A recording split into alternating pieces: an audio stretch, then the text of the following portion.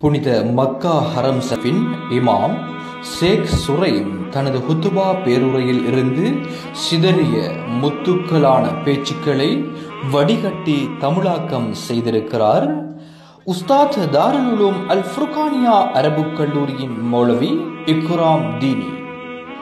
விலைகள் உயர்ந்து விட்டன, பெண்கள் நிறுவனமாகிவிட்டனர், மஸ்ஜிதுகள் காலியாகிவிட்டன, அல்லாஹுவின் சட்டதிட்டங்கள் பாழாக்கப்பட்டு விட்டன, திருடர்கள் நியாயம் பேசுகிறார்கள், முஜாஹித்கள் வழிநடத்தலில் அநியாயம் செய்கிறார்கள், விபச்சாரம் ஹலாலாக்கப்பட்டு விட்டது, திருமணம் முடிப்பது இயலாத ஒன்றாக மாறிவிட்டது, பெண்கள் ஆண்களை நிர்வகிப்பவர்களாக மாறிவிட்டார்கள், முஸ்லிம்களுடைய பூமிகள் ஆக்கிரமிக்கப்பட்டு விட்டன, ஏழைகள் குடையின்றி மழையில் தவிக்கின்றனர்.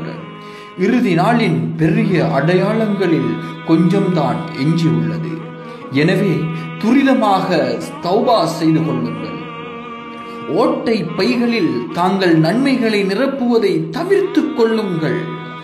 அழகாக வுடு செய்கிறீர்கள், ஆனால் தண்ணீரை வீண்விரயம் செய்கிறீர்களே. ஏழைகளுக்கு உதவி செய்கிறீர்கள், ஆனால் அவர்களை இழிவுபடுத்தி சிறுமைப்படுத்துகிறீர்களே.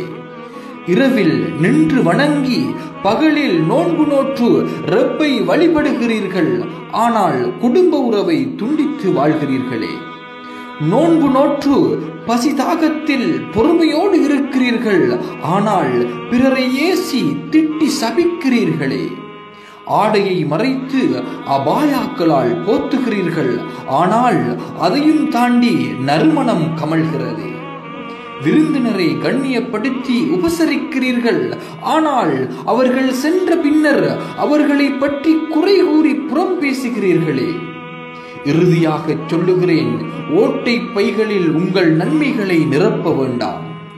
ஏனெனில் சிரமப்பட்டு அவைகளை சேகரிக்க மறுபுறத்தால் இலேசாக விழுந்துவிடும்.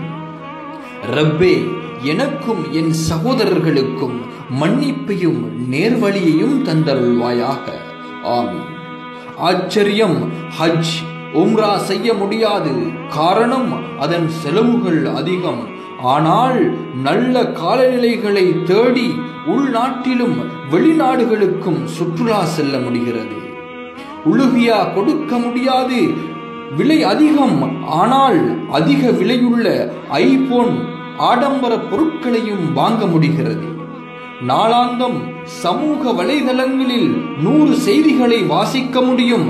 ஆனால் குர்ஆனின் 10 ஆயத்துக்களை ஓத நேரமில்லையே. சிந்திப்போம், வாழ்வை சீர்படுத்துவோம்.